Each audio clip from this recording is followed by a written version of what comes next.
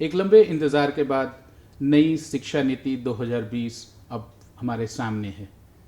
हमारे साथ इस वक्त प्रोफेसर राजीव कुमार जी हैं, member secretary all India council for technical education. Sir, new education policy has just been announced. 6 years wait, 34 years in the when the last policy was there. आपके हिसाब से sir ये जो पॉलिसी आई है, पहले तो हम इसके एक ओपनिंग रिमार्क आपसे लेना चाहेंगे and then we delve into the final details. जो आपने कहा कि 6 साल के इंतज़ार के बाद पॉलिसी को बनाने में लगा, ये एक फॉरवर्ड लुकिंग पॉलिसी है। नई टेक्नोलॉजीज़ जितनी चेंज हो रही हैं उनको किस तरीके से इंटीग्रेट किया जा सकता है एजुकेशन के साथ, उनका इसमें पूर्णतः समावेश है। फ्लेक्सिबिलिटी है, ऑप्शंस हैं, मल्टीपल एंट्री एग्जिट पॉइंट्स हैं। इसमें जो चीज़ भी आप सोच सकते हैं वो इस शिक्षा नीति में निहित है और ये एक समग्र शिक्षा नीति है।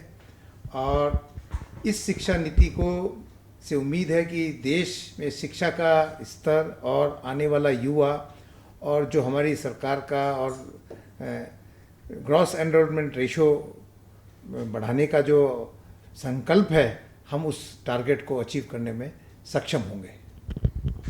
आपके इनिशियल कमेंट के बाद मेरा एक इनिशियल डेविल्स एडवोकेट, क्या ये स्टैंडर्डाइजेशन की ओर हम जा रहे हैं या फिर आप इसको निराधार समझते हैं? कोई स्टैंडर्डाइजेशन नहीं है, फ्लेक्सिबिलिटी की ओर जा रहे हैं। स्टैंडर्डाइजेशन इसमें ऐसा कहीं भी नहीं है कि किसी भी चीज़ में हम सरकार का इस शिक्षा नीति में किसी भी चीज़ को स्टैंडर्ड करने का कहीं भी ऐसा नहीं दिखाई देता है। फ्लेक्सिबिलिटी बहुत ज़्यादा है। करिकुलम, जैसे आप करिकुलम को लें, यूनिवर्सिटीज़ स्वतंत्र होंगी अपना करिकुलम बनाने के लिए। बच्चे क्या पढ़ना चाहते हैं वो खुद डिसाइड करेंगे। क्रेडिट ट्रांसफ़र का प्रावधान है। सो जितनी भी चीज़ें एक इंटरनेशनल स्टैंडर्ड की एजुकेशन में होनी चाहिए या प्रावधान है, वो सारा का सारा इस शिक्षा नीति में छात्रों को मिलेगा। क्या हम इसको स्वदेशीकरण की बात करें या आत्मनिर्भर की बात करें, जो ये शब्द आजकल बहुत ज़्यादा चर्चा में हैं, और ये क्या ये नई शिक्षा नीति में ये शब्द उचित हैं? इसमें कोई ऐसी चीज़ नहीं है जिसमें स्वदेशीकरण की बात की गई हो। अगर हम भारतीयता की बात करते हैं, भारत के एंशियंट नॉलेज सिस्टम की बात करते हैं, तो इसको इस चीज़ में लाना कि ये इन शब्दों के बीच में इसको पिरोना बिल्कुल भी ठीक नहीं होगा। ये फॉरवर्ड लुकिंग पॉलिसी है और इसमें लैंग्वेज की भी बात की गई है, उसमें भी बहुत फ्लेक्सिबिलिटी है। भारतीयता में अगर बात करें तो इंडियन ट्रेडिशनल नॉलेज सिस्टम, हमारे परिवारों में कैसे रहा जाता है, ह्यूमन वैल्यूज़ की जो बात की गई है, वो सब इस शिक्षा नीति में निहित है। जो कि कभी पहले छोटे बचपन में क्लासेस में पढ़ाया जाता था, वो अब धीरे धीरे शिक्षा से हटता चला गया। उसको जोड़ने का, वैल्यूज़ को जोड़ने का एक प्रयास इस शिक्षा नीति में किया गया है और इसके विशेष उल्लेख भी इस शिक्षा नीति में है। इस नई एजुकेशन पॉलिसी में क्या सर हम ये माने कि जो रीजनल लैंग्वेजेस और national languages, 3 language, 4 language, 2 language, 1 language, वो तो आपने ये पूरी चर्चा ही इसमें अब समाप्त हो गई, इसको सबको समावेश कर दिया, सबके लिए अब mother tongue is the first language for infant education. बिल्कुल सही बात कहा है। जो पहले कभी भी प्रयास किए जाते थे, बच्चा अगर किसी रिमोट प्लेस में पैदा हुआ है, वो एजुकेशन लेना चाहता है, अपनी भाषा में एजुकेशन लेना चाहता है, तो हम उसको रोकते थे। इसमें सारी फ्लेक्सिबिलिटी है। बच्चा की जो मदर टंग है, जैसा कि आपने कहा, उसमें एजुकेशन लेना चाह सकता है। तो एजुकेशन की, लैंग्वेज की कंट्रोवर्सी कहीं इस शिक्षा नीति में नहीं है। मैंने जैसा पहले ओपनिंग रिमार्क में कहा, फ्लेक्सिबिलिटी है। आपको जो अच्छा लगता है पढ़ना, जैसा आप पढ़ना चाहते हैं, जिस लैंग्वेज में पढ़ना चाहते हैं, वो सारी फ्लेक्सिबिलिटी इस शिक्षा नीति में है। एक जो आपके क्रिटिक्स इस नीति के बारे में जो लोग हैं, वो लोग ये कहते हैं कि जो 5+3+3 जो ये प्रारूप है, अब हम 12वीं और 10वीं के इम्तिहान जो आज की डेट में हो रही थी, वो चर्निंग जो हो रही थी, उसको थोड़ा सा टोन डाउन किया गया है, तो क्वालिटी के बारे में एश्योरेंसेस डेवलप करना थोड़ा मुश्किल होगा, या आप इसको अलग आपके कॉन्ट्री आपके विचार हैं? मैं इस चीज़ से सहमत नहीं हूँ कि इसमें हमने सरकार ने कहीं क्वालिटी पे इसमें कम करने की कोशिश की है। अगर करिकुलम को हमने कम किया है, ये बच्चों पे एक विशेष प्रकार का बोझ था, तनाव था। जितना वो करिकुलम में हमारे पास था या जितना कॉम्पिटिटिव युग में हमने उनको बैठाया हुआ था, तो एक तनाव बच्चे में था। ये तनाव हमने, और पर्टिकुलरली मैंने तो बहुत क्लोजली इसको देखा है। मैं बच्चों का तनाव, जब IITs में एडमिशन होता है, किस तरीके का तनाव होता है, किस तरीके की तैयारी करके वो आते हैं और किन किन समस्याओं से, तनाव से वो गुजरते हैं, मैंने इसको देखा है। मैं इस तनाव को देखने के लिए हमने एक प्रोग्राम स्टार्ट किया था AICT में 2017 में, इंडक्शन प्रोग्राम का 3 हफ्ते का इंडक्शन प्रोग्राम हमने स्टार्ट किया था। उसका विशेष उद्देश्य यही था कि लगातार हम अखबारों में, न्यूज़पेपर्स में, न्यूज़ में ये सुनते थे कि आज उस बच्चे ने वहाँ पर सुसाइड किया, आज उस बच्चे ने ये कदम उठाया। जो बच्चा 4 साल मेहनत करने के बाद विश्व के और देश के प्रबुद्ध संस्थानों में जा रहे थे, उनको ऐसी क्या मजबूरी आई कि वो सुसाइड किए और ऐसे एक्सट्रीम स्टेप उनको लेने पड़े। तो इस चीज़ को समझने के लिए हम लोग एक 3 हफ्ते का प्रोग्राम शुरू किया। उसको शुरू करने से पहले हमने जाके बच्चों को सुना। उन बच्चों में, अगर मैं आपके पास समय है तो मैं एक स्टोरी आपको बता सकता हूँ जो मैंने वहाँ देखी। एक बच्चा, जो प्रोग्राम है बड़ा सिस्टमेटिक प्रोग्राम है, उस सिस्टमेटिक प्रोग्राम में बच्चा खुलता है, अपने आप को खोलता है। ऐसे ही एक बच्चा उस प्रोग्राम के दौरान खुला। मैं उस प्रोग्राम में था, बच्चों के साथ सुबह 6:30 बजे से अटेंड कर रहा था। वो बच्चा कहता है अपने मेंटर से संवाद के टाइम कि सर, जब मैं एग्ज़ाम की तैयारी कर रहा था JEE की, तो मेरे माता पिता ये उम्मीद कर रहे थे कि मुझे IIT बॉम्बे कंप्यूटर साइंस मिलेगा, क्योंकि मेरे माता पिता ने एक ऐसा माहौल क्रिएट किया हुआ था कि मैं बहुत होशियार हूँ और मेरी रैंक अच्छी आएगी और मुझे बॉम्बे मिलेगा। लेकिन जब रिजल्ट आया तो मेरी रैंक इतनी अच्छी नहीं थी और मुझे IIT बॉम्बे नहीं मिल सकता था। तो मेरे माता पिता मुझसे इतने नाराज़ हुए कि उन्होंने एक महीना मुझसे बात नहीं की और मैं एक कमरे तक सीमित था, अपना लैपटॉप पे काम करता था और टीवी देखता था। तो आप उस बच्चे की मनोदशा समझ सकते हैं जो 18-19 साल का है, जिसके माता पिता इस वजह से उससे बात नहीं कर रहे हैं कि उसके मार्क्स या उसकी रैंक अच्छी नहीं आई है।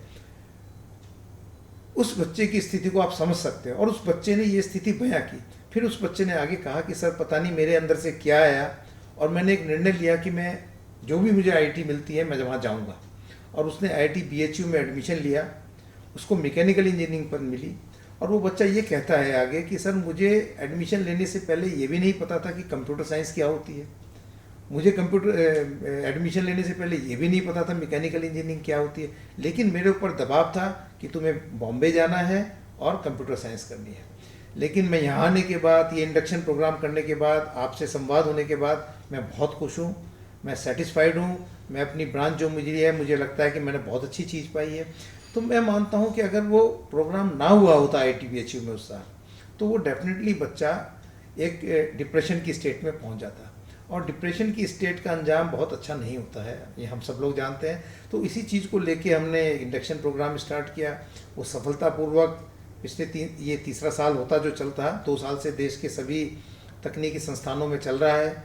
उसमें हम टीचर्स को ट्रेंड कर रहे हैं और उसमें एक ये 3 हफ्ते का पार्ट है। फिर उसमें सेकंड पार्ट है यूनिवर्सल ह्यूमन वैल्यूज़ का, जिसकी शिक्षा नीति में भी जिक्र है। उसको भी हमने कंपलसरी सब्जेक्ट के रूप में करिकुलम में डाला है। लेकिन उसको पढ़ाने के लिए ट्रेन टीचर्स की आवश्यकता है। यूनिवर्सल ह्यूमन वैल्यू को पढ़ाने के लिए बिना ट्रेनिंग हुए ऐसा नहीं है कि मैं बिना ट्रेनिंग लिए उसको जाऊं और उसको पढ़ाना शुरू कर दूं। तो हमने टीचर्स की ट्रेनिंग स्टार्ट की। अभी तक हम करीबन 17 से 18,000 टीचर्स को ट्रेंड कर चुके हैं देश में यूनिवर्सल ह्यूमन वैल्यूज़ पढ़ाने के लिए। तो यह एक बहुत समग्र, और इसमें इस प्रोग्राम को तभी चलाया भी जा सकता है और क्रियान्वित भी किया जा सकता है जब तक लोग इससे दिल से ना जुड़े। और जब तक चाहे रेगुलेटर हो, चाहे टीचर हो, चाहे संस्थान हो, अगर उनके मन में दिल से इस प्रोग्राम को सक्सेसफुल बनाने का प्रण है तो ये प्रोग्राम सक्सेसफुल होता है और बच्चों के लिए, हमारे लिए एक सार्थक चीज़ होती है। तो ये बहुत बड़ा प्रयास हम लोगों ने किया। दूसरा एक प्रयास जिसका बहुत जिक्र इस शिक्षा नीति में भी है, टीचर्स ट्रेनिंग का है। टीचर्स ट्रेनिंग पे शिक्षा नीति में काफ़ी जोर दिया गया है। हमने भी इस चीज़ को 2017 में देखा कि अगर स्कूल में कोई टीचर बनता है तो उसको एक फॉर्मल ट्रेनिंग टीचिंग की दी जाती है, जिसको हम बीएड या एमएड के रूप में कहते हैं। लेकिन हायर एजुकेशन एक ऐसा फील्ड है जिसमें आज स्टूडेंट पीजी करता है और कल वो जाके टीचिंग स्टार्ट कर देता है, उसकी कोई फॉर्मल ट्रेनिंग नहीं होती।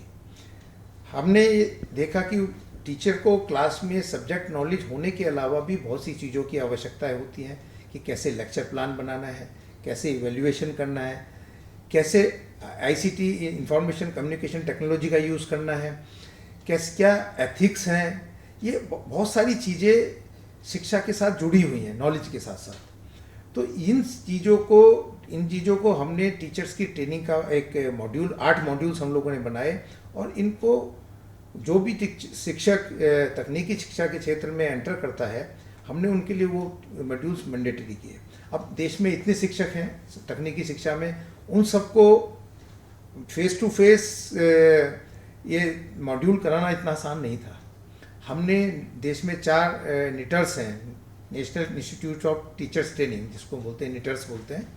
तो उन चारों इंस्टीट्यूट्स को सहयोग से मॉड्यूल्स तैयार किए, ऑनलाइन मूक्स कोर्सेज तैयार किए, और उन मूक्स कोर्सेज का में टीचर्स को एनरोल कराना स्टार्ट किया। लास्ट सेशन 6 महीने पहले पहला कोर्स एनरोल किया था हमने, और उसके एग्ज़ाम्स नेशनल टेस्टिंग एजेंसी के थ्रू होते हैं। जब कोई फैकल्टी 8 मॉड्यूल्स को पूरा कर लेता है, उसके बाद वो 1 महीने की ट्रेनिंग इंडस्ट्री में करता है, और उसके बाद वो 1 सेमेस्टर किसी मेंटर के अंदर टीचिंग करता है। ये तीनों कंपोनेंट पूरे होने के बाद एआईसीटी और निटर उसको एक सर्टिफिकेशन देते हैं कि he is a certified teacher of higher education और टेक्निकल एजुकेशन। तो ये प्रयास हमने 2017 में स्टार्ट किया था। इसकी पॉलिसी बनाना, मूक्स बनाना, ये बहुत बड़ा काम था। लेकिन मुझे उम्मीद है कि शिक्षा नीति में इसका जिक्र आया है और टीचर्स ट्रेनिंग की बात की गई है, और ज़रूर ये हमारे बनाए गए 8 मॉड्यूल्स जो निटर्स के माध्यम से हम लोगों ने बनवाए हैं, वो ज़रूर बहुत हैंडी होंगे और इसको शिक्षा नीति को क्रियान्वित करने में ज़रूर हेल्प करेंगे। ये एक रोड मैप में ज़रूर होगा।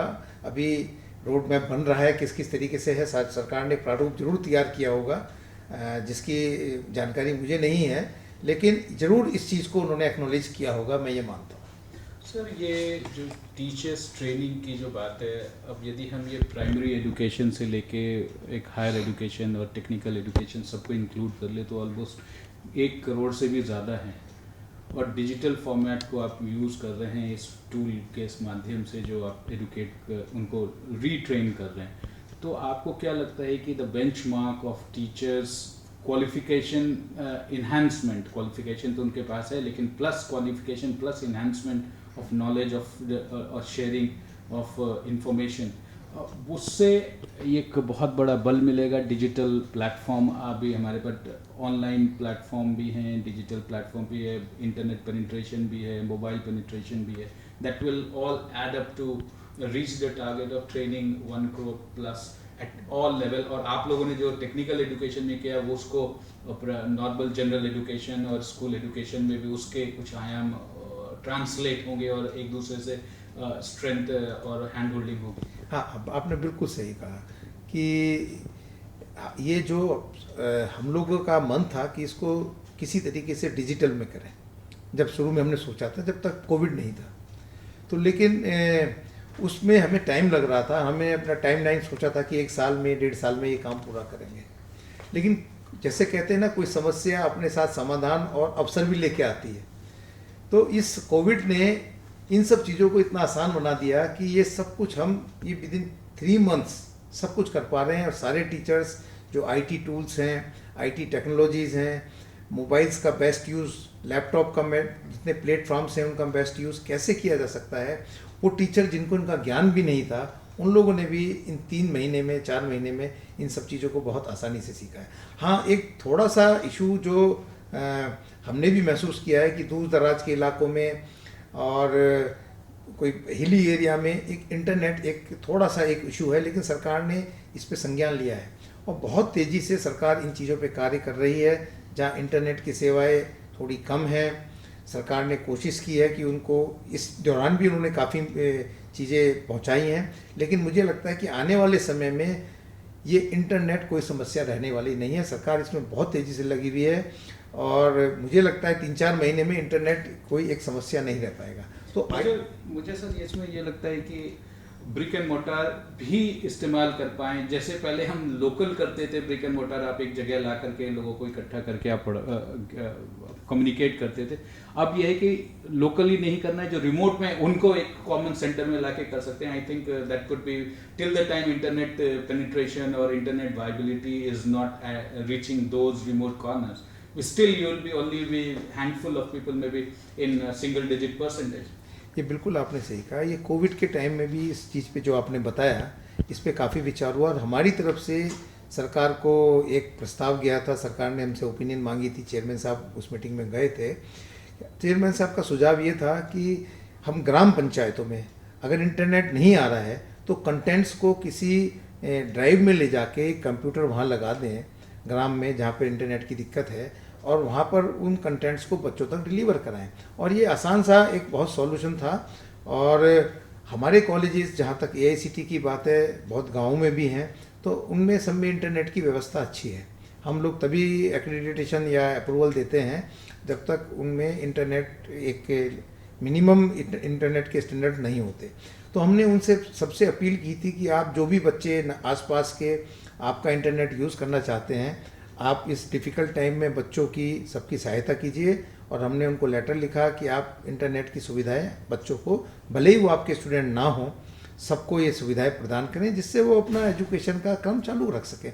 तो इस तरीके के सुझाव हमारी तरफ से कॉलेजेस को भी गए थे और सरकार ने जब हमारे सुझाव चेयरमैन साहब के लिए थे तो हमने ये सब बातें उनके उस माध्यम से कही थी। हमने कम्युनिटी इंटरनेट में, जैसे ग्राम पंचायत में इंटरनेट पहुँच गया, बहुत से गरीब बच्चे हैं उनके पास नेट नहीं है, फ़ोन है तो उसको देखने की व्यवस्था नहीं है। तो एक सुझाव और भेजा था कि या तो टीवी के माध्यम से, या अगर इंटरनेट पहुंच गया है तो लैपटॉप के माध्यम से उन बच्चों के तक कंटेंट पहुंचे जिन तक ये सब चीज़ें आसानी से नहीं पहुंच पा रही हैं।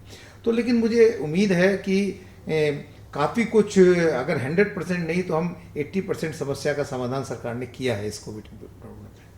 चलिए, हमने यंग बच्चों 12वीं तक के हमने रास्ता तय किया कि उनके टीचर्स और टेक्निकल के भी टीचर्स को कैसे आप कर रहे हैं। अब सर ये एक पॉइंट आता है कि जो आप एक कॉमन टेस्ट कर रहे हैं, अभी वो जेई के लिए अलग, जेई और मेडिकल के लिए जो हैं, अब उसको आप एक, जैसे अमेरिका में सैट टेस्ट है या और देशों में है, वैसे आप कुछ टेस्ट लेके आ रहे हैं। तो उसके बारे में आपका, क्योंकि आप लोग भी उस कड़ी में जुड़े हैं जिसमें जहाँ की ये विचार मंथन होता रहा और ये फाइनल जो हम नई शिक्षा नीति 2020 पे हम आके आज रुके हैं।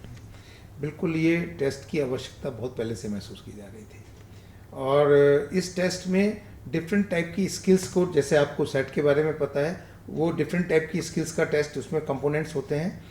अब हर क्षेत्र की रिक्वायरमेंट अलग अलग है। अगर मुझे बीटेक केमिकल इंजीनियरिंग करना है तो उसके लिए कुछ और चीज़ आवश्यक है। बीटेक कंप्यूटर साइंस करना है तो मेरी डिफरेंट टाइप की स्किल्स है। मैनेजमेंट करना है तो कुछ और टाइप की स्किल्स है। तो उन सब चीज़ों में, स्किल्स में जो भी यूनिवर्सिटीज़ हैं अपना चीज़ें डिसाइड करेंगे कि मुझे इस कोर्स के लिए मुझे इस टाइप के स्टूडेंट चाहिए, तो वो इस स्किल्स के हिसाब से अपने एडमिशन क्राइटेरिया डिसाइड करेंगी। तो इस टाइप की टेस्ट की जो महत्व है या इसकी यूटिलिटी बहुत दिन से महसूस की जा रही थी और सरकार ने इसको लेके आई है। ये बहुत स्वागत योग्य कदम है और इससे बच्चों पे तनाव भी कम होगा। अब जो बच्चा मेडिकल में जाना चाहता है उसको मैथमेटिक्स पढ़ने की या कोई दूसरी चीज़ पढ़ने की क्या आवश्यकता है, बहुत ज़्यादा एक बेसिक नॉलेज है उसको होनी चाहिए। लेकिन आज की तारीख में स्कोर ग्रेड करने के लिए उसको मेडिकल के लिए बायोलॉजी भी पढ़ना है उतना फिजिक्स पढ़ना है, उतना केमिस्ट्री पढ़ना है। तो लेकिन उसकी रिक्वायरमेंट, अगर उसका इंटरेस्ट मेडिकल में है या उसका इंटरेस्ट आर्किटेक्चर में है, तो उसकी आवश्यकताएं और उसकी स्किल्स की रिक्वायरमेंट डिफरेंट है। तो ये टेस्ट से पता चल जाएगा। तो क्या ये टेस्ट ऑनलाइन होगा या क्लासरूम या ब्रिक एंड मोर्टर में ये टेस्ट ली जाएंगे या दोनों ऑप्शंस हैं? क्या आप लोगों का सजेशन था? ये जो टेस्ट है ये ऑनलाइन होगा। ये क्योंकि देश में अब जितने भी टेस्ट हैं, सरकार ने जो नेशनल टेस्टिंग एजेंसी बनाई थी, उसका मोटिव ही ये था कि हम ये ऑफलाइन टेस्ट को, प्रथा को जहाँ तक हो सके ख़त्म कर सकें। और उसमें मोटिव में सरकार ने, ये टेस्टिंग एजेंसी ने जितने भी एग्ज़ाम किए हैं, मेरे ख्याल से कोई कहीं भी कोई कंट्रोवर्सी, कोई कंप्लेंट किसी भी एग्ज़ाम में नहीं आई है। इतना सक्सेसफुल मॉडल रहा है सरकार का, नेशनल टेस्टिंग एजेंसी का। तो उसको देखते हुए हमें नहीं लगता कि अभी इस टाइप का जो सिंगल टेस्ट होने की बात सरकार ने शिक्षा नीति में की है कि वो ऑफलाइन होगा, वो ऑनलाइन ही होगा। चलिए सर, अब नेक्स्ट मूव करते हैं इंटर डिसिप्लिनरी ऑप्शंस के बारे में, जो कॉलेज में और हायर एजुकेशन के स्थानों पे लोगों को मुहैया हो सकता है या वो ऑप्ट आउट कर सकते हैं। इसके क्या मेरिट्स हैं और इसके क्या ऑप्शंस हैं? क्योंकि कुछ लोग ये कहते हैं कि भाई एक डॉक्टर को म्यूज़िक सीखना और पेंटिंग सीखना और पेंटर को डॉक्टर बनने में ये इतना आसान तो है नहीं। क्या आपके क्या सजेशन है इस बारे में? मैं आपको एक एग्जाम्पल के रूप में ये चीज़ बहुत क्लियर करूँगा। अभी कोविड के टाइम में आपने देखा होगा कि बहुत से छात्रों ने हमारे वेंटिलेटर बनाए। वो वेंटिलेटर मोस्टली इंजीनियरिंग के छात्र थे। अगर उन छात्रों के पास थोड़ी सी मेडिकल साइंस की भी और ज़्यादा नॉलेज हुई होती तो वो क्या वंडर करके दिखा सकते थे। मुझे अंदाजा है कि वो और भी कुछ वंडर कर सकते थे। अब आप देखें, आईआईटी दिल्ली ने टेस्टिंग किट बनाई कोविड की, that was done by engineering student having medical some knowledge of medical. तो इस टाइप का ब्लेंडिंग अगर जहाँ जहाँ भी हुई है, अगर किसी बच्चों को, इंजीनियरिंग के बच्चों को ह्यूमैनिटीज़ पढ़ाई जाए तो वो इंजीनियरिंग का एप्लीकेशन ह्यूमैनिटीज़ में भी कर सकता है। तो ये जो और म्यूज़िक पढ़ाया जाए किसी बच्चे को, तो इंजीनियरिंग का एप्लीकेशन म्यूज़िक में करके वो वहाँ पर अनुसंधान कर सकता है, शोध कर सकता है, कोई नई चीज़ बता सकता है, कोई नए इंस्ट्रूमेंट बना सकता है। तो इस तरह का प्रयास बहुत दिन से चल रहा था। हमने भी अभी पीछे करिकुलम रिवाइज किया था इंजीनियरिंग का। हमने भी अपने करिकुलम में बायोलॉजी को एक सब्जेक्ट बनाया था, इंजीनियरिंग में एक बायोलॉजी को सब्जेक्ट बनाया था, और बहुत सी आईआईटीज़ इसको कर रही हैं। तो ये जो मल्टी डिसिप्लिनरी की बात सरकार ने की है, इस पर बहुत दिनों से बहस चल रही थी। क्रियान्वित नहीं हो पाया था, और क्रियान्वित भी हुआ था तो पूर्ण रूप से नहीं हो पाया था। लेकिन अब शिक्षा नीति आ गई है, इसको क्रियान्वित करने की लोगों को पूरी आज़ादी होगी, और लोग बाग मल्टी डिसिप्लिनरी का, आप कहीं भी विश्व में कहीं भी चले जाएं, इस तरीके का कंपार्टमेंटेशन कहीं नहीं है। हर जगह बच्चों को हर चीज़ सीखने का, अगर वो स्पोर्ट्स भी करता है तो उसके क्रेडिट उसकी डिग्री में काउंट होते हैं। उसको अगर हर चीज़ के क्रेडिट वहाँ पर वो अर्न करता है और उसकी डिग्री में वो काउंट होते हैं। इंजीनियरिंग की डिग्री में मैं सपोज अगर बात करता हूँ, तो ये एक मल्टी डिसिप्लिनरी की बात बहुत अच्छा एक कदम है। शायद यही एक रिवॉल्यूशनरी कदम होगा जिसके आप परिणाम अगले 5-7 साल में देखने को मिलेंगे आपको। सर, क्रिटिक्स ये भी कहते हैं कि जो हमारे फंडामेंटल साइंसेज और फंडामेंटल इंजीनियरिंग और एम्स जैसे इंस्टीट्यूशन है, दे आर एक्सपर्ट और दे आर डोमेन एक्सपर्टीज उनकी है, उनमें यदि आप उनके कैरिकुलम को थोड़ा सा इवॉल्व कर रहे हैं या चेंज कर रहे हैं या मर्ज कर रहे हैं या नए आयाम डाल रहे हैं, उससे शायद वो pilferage is the word that they feel is going to happen. नहीं, सरकार ने कहीं भी ये नहीं कहा है कि उसमें ये चीज़ डालो आप।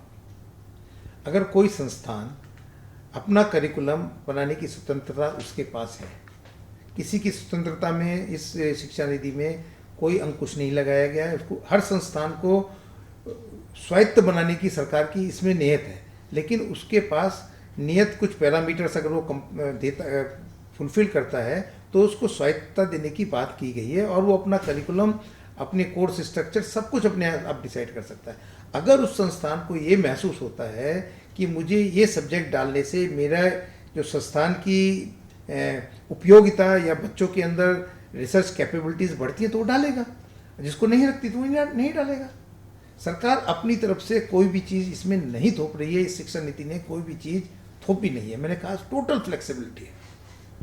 चलिए सर, अब एक और स्टेप आगे चलते हैं। एमफिल को फाइनली उसको डस्टबिन में डाला गया। फाइनली जो ब्रिज कोर्सेज, मास्टर्स और पीएचडी के बीच में था, उसकी अहमियत पहले भी बहुत ज़्यादा नहीं समझी जा रही थी, लेकिन लोग करते थे और ट्रांसफ़र करते थे उसको फिर पीएचडी में। अब पीएचडी भी शायद बहुत ज़्यादा कुछ सालों से अब वो स्ट्रिक्टनेस भी आई है, टाइम बाउंड भी हो रहा है. Where do you see this new development in the देख- न्यू एजुकेशन पॉलिसी? बिल्कुल आपने सही कहा, एमफिल का महत्व तो आज के परिप्रेक्ष्य में बिल्कुल नहीं था. एक ट्रेडिशनली चला रहा था, इसलिए चल रहा था. कहीं भी एलिजिबिलिटी का पहले पीएचडी में कोर्सेज नहीं होते थे. जब बच्चा पीएचडी करता था तो प्री पीएचडी कोर्सेज नहीं होते थे. एमफिल जैसे आपने कहा पहले एक ब्रिज माना चाहता था पीएचडी और पोस्ट ग्रेजुएशन के बीच में. लेकिन जब से पीएचडी में कोर्स वर्क कंपलसरी किया था, उसके बाद इस एमफिल कोर्स की महत्वता कम हो गई थी और इसको करने वाले भी बहुत कम लोग थे. जिस डिग्री से कोई चीज़ डिसाइड नहीं हो रही है, किसी चीज़ की क्वालिफिकेशन कहीं भी एंटर करने के लिए क्वालिफिकेशन नहीं है, तो उस डिग्री को बिना बात चलाने से कोई फ़ायदा भी नहीं था. जिन बच्चों को पता नहीं होता था वो इस कोर्स में एडमिशन ले लेते थे और उसमें आने के बाद फिर उन्हें पीएचडी करनी पड़ती थी. पीएचडी में उस चीज़ का कोई बेनिफिट नहीं था. तो मुझे लगता है कि बहुत अच्छा कदम था कि इसको एमफिल को ख़त्म किया जाना चाहिए था. और ये अपने आप भी वैसे इसमें बहुत ज़्यादा एडमिशन्स नहीं थे पहले भी. या यूँ कहें कि सर नई शिक्षा नीति के आने के बाद जो पीएचडी की डिग्रियां होती थी हिंदुस्तान में और अब जो होंगी वो और व्यवस्थित होंगी और संगठित होंगी और इम्पैक्टफुल होंगी, ताकि इंडिया में जो लोग पीएचडी कर रहे हैं और वेस्टर्न यूरोप में या नॉर्थ अमेरिका में जो होता है हम उनके साथ कदम ताल कर पाएंगे. बिल्कुल सरकार की यही मंशा थी. अगर आप पूरी शिक्षा नीति को पढ़ें, सरकार ने कहा है कि हम लोग चाहते हैं कि जो विश्व की टॉप 100 यूनिवर्सिटीज़ हैं वो हमारे यहाँ आके अपने कैंपसेस खोलें. हमारे जो अच्छी परफॉर्म करने वाली यूनिवर्सिटी हैं वो अपने विश्व में जाके अनेक देशों में अपने कैंपसेस खोलें और बाहर के स्टूडेंट हमारे यहाँ आएँ. इंडिया एक एजुकेशन हब बने. ये जैसा कि नालंदा और तक्षशिला के टाइम में हम भारत एक विश्व गुरु था एजुकेशन में, उस टाइप का भारत विश्व गुरु बने, ये इस शिक्षा नीति में एक वो झलक नज़र आती है. और ये आपने सही कहा कि हम चाहते हैं कि बाहर के स्टैंडर्ड हमारे, चाहे वो पीएचडी हो, चाहे पोस्ट ग्रेजुएशन प्रोग्राम हो, चाहे अंडर ग्रेजुएट प्रोग्राम हो, उनका स्तर ऐसा हो कि हमारे स्टूडेंट्स विश्व में कहीं भी जाके अपनी कॉम्पिटेंसीज को प्रूव कर सकें और बाहर के स्टूडेंट्स आएँ हमारे यहाँ शिक्षा ग्रहण करें और वो भी जाके अपने देशों में वापस जाएं और बताएं कि भारत की शिक्षा व्यवस्था किस स्तर की है, क्या चेंज हुए हैं और क्या लाभ है. सर आप तो टेक्निकल एजुकेशन इंस्टीट्यूट के इतने बड़े ओहदे पे हैं. मैं भी यूरोप में पढ़ाई किया. वहाँ पे एक एजम्पशन है कि चाइनीज़ और इंडियन जो होते हैं उनके साइंस और मैथमेटिक्स में एप्टीट्यूड ज़्यादा होते हैं. ये it may be a cliche question but I can't refuse to ask you sir. बिल्कुल आपने सही कहा कि भारत में मैथमेटिक्स गुरु रहा है. और अभी आपने अगर लास्ट माननीय प्रधानमंत्री जी का मन की बात कार्यक्रम सुना हो तो उन्होंने वैदिक मैथमेटिक्स की बात की. तो वास्तव में एक ऐसा एरिया है जिसको एक्सप्लोर करने की आवश्यकता है. हमने इसमें बहुत ज़्यादा एक्सप्लोरेशन नहीं किया है और हमारा ट्रेडिशनल नॉलेज सिस्टम है, this is all traditional knowledge system, Indian traditional knowledge system, वो शायद कहीं पीछे हम लोग भूल गए हैं. और इस चीज़ को पहचानते हुए अभी भारत सरकार ने, शायद आपको थोड़ा बहुत इसका आइडिया होगा, एक इंडियन ट्रेडिशनल नॉलेज सिस्टम के नाम से एक सेल की स्थापना की है. वो सेल AICT में है और उसमें इन्हीं सब चीज़ों को हमने एक्सपर्ट्स को इकट्ठा किया है और एक्सपर्ट्स को जोड़ते हुए जो भी चाहे वो मेडिकल में एक्सपर्ट है, चाहे मैथमेटिक्स में, चाहे साइंस में इंडियन ट्रेडिशनल नॉलेज का ज्ञान रखता है, हमने सब लोगों को आमंत्रित किया है. उनके पास जिन जिन लोगों का हमें पता चला उन लोगों को मेल भेजे हैं कि आप हमसे जुड़िए और उनके माध्यम से और लोगों को जोड़ा है. तो एक चेन बना के हमने कार्यक्रम स्टार्ट किया है. AICT में चेयरमैन AICT, उनका ट्रेडिशनल नॉलेज में एक उनका दिल से लगाव है, वो उसको हेड कर रहे हैं और वो सेल में हमारे यहाँ स्टार्ट हो चुका है. उसमें अब हम रिक्रूटमेंट करने की प्रक्रिया चल रही है. एप्लीकेशन हमने इनवाइट किए. ऐसे ही लोगों को हम उसमें रिक्रूट करेंगे जिनका झुकाव केवल इंडियन ट्रेडिशनल नॉलेज सिस्टम पे हो. तो इस चीज़ को भी और इस चीज़ का कहीं ना कहीं समावेश आप हमारी नेशनल एजुकेशन पॉलिसी में भी है इंडियन ट्रेडिशनल नॉलेज पे भी एक पैरा हमारी नई शिक्षा नीति में दिया गया है। तो इसमें हम लोगों ने आपकी बात सही है कि इस चीज़ को आगे ले जाने की ज़रूरत है। बहुत सी चीज़ें हैं, बहुत से मेडिसिन की बात करें तो हमारी ट्रेडिशनल मेडिसिन सिस्टम जो है, अब आप रोज़ाना अखबार में पढ़ते हैं कि आप हल्दी खाइए, लौंग खाइए, काली मिर्च खाइए, कोरोना से बच सकते हैं। So this is all Indian traditional. केवल इसका डॉक्यूमेंटेशन का एक इशू है। अगर हम शायद डॉक्यूमेंटेशन कर पाएंगे या हमारा करने का प्रयास है, जिससे एक कंट्रोवर्सी हर बार कोई अगर हम अपने ट्रेडिशनल सिस्टम की बात करते हैं उड़ जाती है, उसका एक सबसे बड़ा रीज़न जो मैं अपने आप में पर्सनली समझ पाता हूँ कि वो हमने इस चीज़ का डॉक्यूमेंटेशन ठीक से नहीं किया। इस ओर हमने ध्यान कम दिया है डॉक्यूमेंटेशन करने के। और शायद ये जो सेल बनी है, इसका मेन उद्देश्य यही है कि जो हमारा ट्रेडिशनल नॉलेज है उसको एक डॉक्यूमेंटेशन दे करके एक फॉर्मल रूप में लाने का हम प्रयास कर रहे हैं। Where do you see the gap could be filled? Because यदि फंड्स नहीं हैं तो सारी अच्छी अच्छी पॉलिसीज और ये पेपर और वाइट पेपर और ग्रेट इकोसिस्टम जो हम बनाने की कोशिश कर रहे हैं वो शायद हम जेस्टेशन पीरियड और बढ़ सकता है। ये सही कह रहे हैं कि पैसे की आवश्यकता होगी, और एनईपी में पैसे का, जीडीपी का, शायद मुझे लगता है पहली शिक्षा नीति में 6% का रिकमेंडेशन थी। मुझे इसमें शायद ध्यान नहीं है इसमें कितने का किया है, मैं भी पूरा डिटेल में उसको नहीं देख पाया उस चैप्टर को। लेकिन इसमें भी किस तरीके से किया जाएगा, कहाँ से फंड आएगा, उस पर एक चैप्टर, उस पर भी उल्लेख किया गया है। लेकिन मुझे इसमें अभी मैं नहीं बता सकता कि कितने % जीडीपी का इसमें रिकमेंडेशन किया गया है। तो 6% है, लेकिन वहाँ तक पहुँचना, वो गैप यदि 3% है और आप 6% 100% जंप लेना चाह रहे हैं ऑन एन एवरेज और 75%, still that is a big ask. It's a difficult, but अगर मैंने देखा है कि अगर विल पावर है सरकार की तो सरकार कर लेती है। और जिस तरीके से शिक्षा नीति को लाया गया है, मुझे लगता है कि सरकार की विल पावर है और हम 6% जीडीपी इसमें लेके जाएंगे। और ये चर्चा पहले भी होती रही है कि हमें एजुकेशन में, पिछले 2-3 साल 4 साल से मैं एजुकेशन में हूँ, तो मैंने हर मंच पे देखा है कि सरकार इस चीज़ पे हमेशा सरकार की एक मंशा रही है कि वो जीडीपी का कितने % जो इन्वेस्टमेंट है उस पर बढ़ाने की विचार सरकार का रहा है।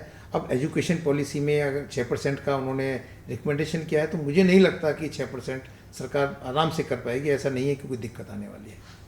सर, ये optics are as important as the overt and covert decisions that are been taken. Ministry's name is now going to the dustbin.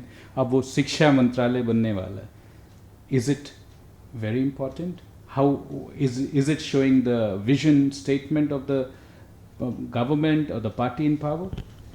नहीं, विज़न है। शिक्षा, देखिए, human resource is a different thing and the education is entirely a different area. अब मुझे नहीं पता कि क्यों पहले भी इसका नाम शिक्षा मंत्रालय हुआ था, तो मैं शायद छोटा रहूँगा तो मुझे नहीं पता है कि क्यों इसका ह्यूमन रिसोर्स नाम किया गया। लेकिन मुझे तो बहुत अच्छा लगा कि जो मंत्रालय की शिक्षा के लिए बना है उसका नाम ह्यूमन रिसोर्स से शिक्षा मंत्रालय किया गया। ये तो बहुत ही स्वागत योग्य कदम है। ये बहुत पहले हो जाना चाहिए था। ये जो शिक्षा नीति है सर, इसमें ये भी कहा गया कि हम इनकॉर्पोरेट करेंगे, एंटरप्रेन्योरशिप को बढ़ावा देंगे, सेल्फ एम्प्लॉयमेंट को बढ़ावा देंगे, और हिंदुस्तान टेक्नोलॉजी के फील्ड में आज आगे है तो उसका भी एक वैल्यू एडिशन और नॉलेज एडिशन होगा और सारे वर्टिकल्स में, ताकि every individual, every unit is a business oriented or business aptitude, or they can turn themselves into an enterprise. Do you think that this could be incorporated? Yeah, it has been incorporated. Like they have talked about the startups, and when they talk about the skills in the students, definitely the target is how to make our youth entrepreneur. And government has now their own startup policy. Government is funding them, and there are very large number of investors. They are coming forward in the ideas given by our students. अभी आपको पता है कि कल हमारे यहाँ एक बहुत बड़ा प्रोग्राम होने जा रहा है जिसको माननीय प्रधानमंत्री जी शाम को संबोधित करेंगे। सुबह माननीय शिक्षा मंत्री, मेरे ख्याल से आज शायद नोटिफिकेशन हो गया होगा, मैं कह सकता हूँ, उसका इनॉग्रेशन करेंगे। तो ये एक इसी दिशा में पहले से ही स्टार्ट किए गए कुछ कार्य हैं, जिसका हैकाथॉन है, जिसमें बच्चे अपने आइडियाज़ से किसी प्रॉब्लम का समाधान देते हैं। और ये विश्व की सबसे बड़ी हैकाथॉन है, जिसमें करीबन 10,500 बच्चे पार्टिसिपेट करेंगे। 40 सेंटर्स पे ऑनलाइन अब तक तो ऑफलाइन जगह जगह 40 जगह होता था, लेकिन इस बार विशेष परिस्थितियों में एक प्लेटफॉर्म बनाया गया। ऑनलाइन सारे बच्चे 10,000 बच्चे इस प्लेटफॉर्म पे प्रॉब्लम का सॉल्यूशन देंगे, इवेल्युएट करेंगे। हमारे जो मेंटर्स हैं, उनको जो हमने इवेल्युएट करने के लिए एक्सपर्ट्स को लगाया है, वो इवेल्युएट करेंगे और उसके बाद हम बच्चों में उनको विनर्स को अनाउंस करेंगे। तो ये सारी मिनिस्ट्रीज़ की प्रॉब्लम है, जो हमारे भारत सरकार की मिनिस्ट्रीज़ हैं, और इंडस्ट्री की जो प्रॉब्लम्स हैं वो भी इसमें हैकाथॉन में बच्चे उसका समाधान देंगे। तो ये एक बहुत बड़ा प्रयास उसी दिशा में ले जाने का है। और माननीय प्रधानमंत्री तीसरी हैकाथॉन को एड्रेस करेंगे, और वो हैकाथॉन का जिक्र हमेशा जब भी कहीं बाहर जाते हैं या उनके पास डेलीगेट्स आते हैं बाहर से, उसमें ज़रूर करते हैं। पुर्तगाल के साथ हम हैकाथॉन कर रहे हैं, सिंगापुर के साथ हम हैकाथॉन कर रहे हैं, ऑस्ट्रेलिया के साथ हम हैकाथॉन करने से, एशियन कंट्रीज़ के साथ हम हैकाथॉन, तो ये सब चेयरमैन हमारे माननीय प्रधानमंत्री कमिट करके आते हैं, क्योंकि उनको इस हैकाथॉन से बहुत प्यार है और वो इसमें चाहते हैं कि हमारा यूथ इस टाइप के सॉल्यूशंस दे। नॉलेज अपने आप उसके अंदर से जो क्रिटिकल थिंकिंग की जो बात हम शिक्षा नीति में भी की गई है, वो क्रिटिकल थिंकिंग ऐसे ही नहीं आती है कि मैं उनको लेक्चर दे दूँ आ जाएगी, उसको एक्सप्लोर करना पड़ता है, आउट ऑफ बॉक्स थिंकिंग। सो ये सब चीज़ें इस टाइप के कंपटीशन जो हम लोग करते हैं AICTE के माध्यम से जो हो रहे हैं, या और भी बहुत से संस्थान, बहुत से रेगुलेटर्स कर रहे हैं, तो ये उसी ओर एक ले जाता हुआ एक कदम है। उसको एक फॉर्मल रूप अब शायद एक नेशनल एजुकेशन पॉलिसी में हम लोग लेके आए हैं, अदरवाइज सरकार ने इस चीज़ में प्रयास बहुत पहले से स्टार्ट कर दिया था। सर, आखिरी के 2 सवाल। पहला, ये जो डिफरेंट हमने स्टूडेंट्स, टीचर्स और एकेडमिक्स को एनालाइज कर लिया, अब है जो वाइट एलिफेंट जो हमारे डिपार्टमेंट्स थे और हैं, उनका भी रीस्ट्रक्चरिंग होगा। जो कई वर्टिकल साइलोज, ऑटोनोमस बॉडीज़ थी, उनका भी रीस्ट्रक्चरिंग होगा। Do you think that will galvanize as a one good, well-oiled machine the new शिक्षा मंत्रालय? बिल्कुल। अभी मैं आपके साथ एक चीज़ शेयर करूंगा। जैसे अगर आप फार्मेसी को लें, फार्मेसी के 2 रेगुलेटर हैं अब तक। अभी सुप्रीम कोर्ट ने जजमेंट दिया, उन्होंने कहा नहीं AICTE नहीं करेगी, फार्मेसी करेगी। तो उसके 2 रेगुलेटर थे, फार्मेसी काउंसिल ऑफ इंडिया और AICTE। AICTE के कुछ रूल थे, फार्मेसी काउंसिल के कुछ और रूल थे। तो अब उस कॉलेज को, अगर कॉलेज वाले को कॉलेज चलाना है, तो उसको दोनों की बातें माननी पड़ेगी। तो वो बेचारा दोनों चीज़ों के बीच में फंसा रहता था हमेशा। हमने कोशिश की हार्मोनलाइज करने की, हमने 2 साल पहले सबको एक साथ किया, लेकिन ये बरसों से चली आ रही परंपरा थी। तो ये जो मल्टी रेगुलेटरी मैकेनिज्म था, ये ख़त्म होने से मेरे ख्याल से संस्थानों को बहुत राहत मिलेगी। और इसमें जो अगर शिक्षा नीति में अगर आपने देखा हो, तो लाइट एंड टाइट रेगुलेशंस की बात की गई है कि आपके रेगुलेशंस ऐसे होने चाहिए कि जो प्रैक्टिकल हो, फिजिबल हो, ठीक है। ऐसे रेगुलेशंस नहीं होने चाहिए जो इनफिजिबल हो। उससे क्या होता है कि संस्थान वो पूरा नहीं कर पाएगा। नहीं पूरा कर पाएगा तो रेगुलेटर उसको जाके परेशान करेगा, और इंडिविजुअल जाएगा तो करप्शन के चांसेस भी हो सकते हैं। तो सरकार ने, अगर आप इस शिक्षा नीति में देखें, तो लाइट एंड टाइट वर्ड का यूज़ किया है कि आप ऐसे नियम बनाएं जो प्रासंगिक हों, प्रैक्टिकल हों, लेकिन उनका ठीक से पालन करें। उनमें आप जो बना रहे हैं उनको ठीक से पालन। जैसे फॉर एग्जांपल, जैसे हमारे दिव्यांग भाई हैं, उनके लिए जो बिल्डिंग्स हों वो एसेसिबल हों, वो सब जगह जा सकें, हर कमरे में जा सकें, ये एक नियम होना चाहिए। अगर ये नियम नहीं पालन करता है कोई संस्थान, तो उस पर आप टाइट हो, उसको बंद करो, एक्शन लो। तो एक छोटा सा एग्जाम्पल मैंने देके आपको समझाने की कोशिश की कि लाइट हो बट टाइट हो। तो ये रेगुलेशंस कम होंगे और ईज होंगे, स्वायत्तता ज़्यादा देने की कोशिश की गई है। रेगुलेटरी बॉडी जरूर होंगी, क्योंकि सरकार को डेटा भी रखना पड़ता है, लेकिन मुझे लगता है कि स्वायत्तता ज़्यादा दी जाएगी। और थोड़ा जैसे जैसे समय बीतेगा, इंस्टीट्यूट मैच्योर होंगे, क्योंकि हर संस्थान आज इतना मैच्योर नहीं है अपने आप में। हमने पीछे भी ऑटोनॉमी देने की बात की थी, तो बहुत कम संस्थान ऑटोनॉमी लेने के लिए भी तैयार होते हैं, वो रेस्पॉन्सिबिलिटी भी नहीं लेना चाहते। अभी हम लोग, और इसमें कोई बुरा बात भी नहीं है, मैं उनका क्रिटिसाइज नहीं करना चाहता, तो उसके लिए हमें मैच्योर होना पड़ेगा, अपना अपना तंत्र को मजबूत करना पड़ेगा, संस्थान को। लेकिन मैं समझता हूँ 2-4 साल में वो सब इतने मैच्योर होंगे, इसका स्वायत्ता का फ्रूट और बच्चों में जो उत्साह देखेंगे वो ज़रूर इसका फ़ायदा उठाएंगे और बच्चों तक पहुँचाएंगे। तो मुझे लगता है कि ये अच्छा कदम है। और बहुत सारी रेगुलेटरी, अब AICTE भी फंडिंग करता है, UGC भी फंडिंग करता है, और तीसरी बॉडी भी फंडिंग करती है रिसर्च के लिए। हो सकता है एक ही सिमुलर रिजल्ट के लिए तीनों से उसने फंडिंग ले ली हो। तो ये सब चीज़ में गलती होने के भी चांसेस हैं कि एक ही प्रोजेक्ट के लिए 3 जगह से फंडिंग हो गई हो। तो इसमें कोई चेक नहीं था, लेकिन मुझे लगता है कि अगर फंडिंग एक होगी तो एक जगह से होगी तो इन सब चीज़ों पे चेक लगेगा और पूरा अकाउंट भी रहेगा कि किसके पास कितना पैसा किया और उसने क्या आउटकम दिया। तो ये आउटकम भी इससे हम एसेस कर पाएंगे। तो बहुत ये सब अच्छे प्रयास हैं, और काफ़ी मंथन के बाद इस पर काफ़ी मंथन हुआ है सब चीज़ों पे, तब ये सरकार ने निर्णय लिया है।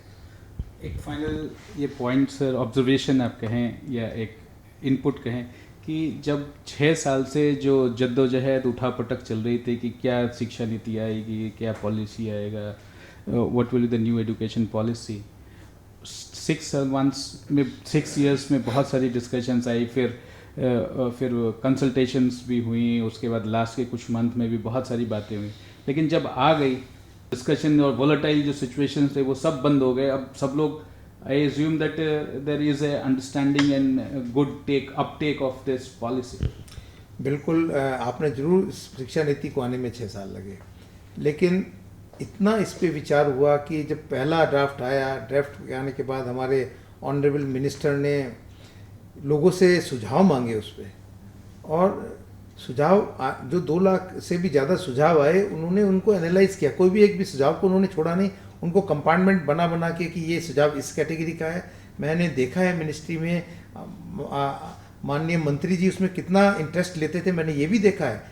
वो एक दिन इसकी देखते थे कि आज क्या किया, आज पूरी मॉनिटरिंग करके उन सुझावों पे उनको इनकॉर्पोरेट करने की, जो सुझाव अच्छे थे उनको इनकॉर्पोरेट करने की कोशिश की है। और जब इन 6 सालों में भी जब शिक्षा नीति बन रही थी बहुत कंसल्टेशन हुआ, और शायद उसी का एक वजह ये है कि शिक्षा नीति अनाउंस करने के बाद आप क्रिटिक्स नहीं पा रहे हैं इसके।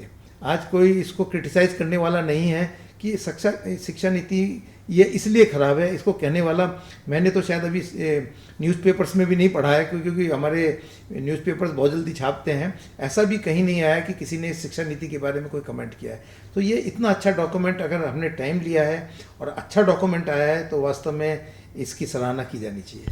You mean to say it is a win-win situation for all, and what our Prime Minister Narendra Modi ji will leave this legacy for decades to come. बिल्कुल, ये बिल्कुल एक ऐसी पॉलिसी है जो डिकेड्स तक काम करेगी। मैंने शुरू में भी कहा था कि ये फॉरवर्ड लुकिंग है, देश को आगे ले जाने वाली है, युवाओं को आगे ले जाने वाली है। तो ज़रूर देश इस प्रेजेंट रिजिम को याद रखेगा कि जिसने इस टाइप की शिक्षा नीति हमको दी है। Thank you very much, sir, for your insightful. You are the one who will be driving some part of the education policy 2020 that the government has come up with. You have a great responsibility to take it forward, see that there is a light at the end of the tunnel, a great conversation and a great insight from you. Thank you very much. Thank you very much.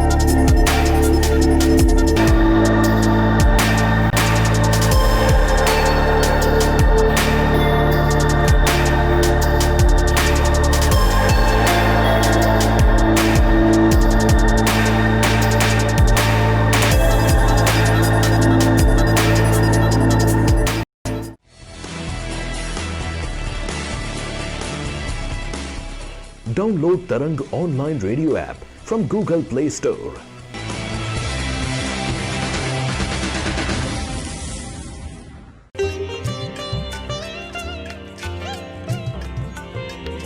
You are listening to Tarang Devotional Online Radio.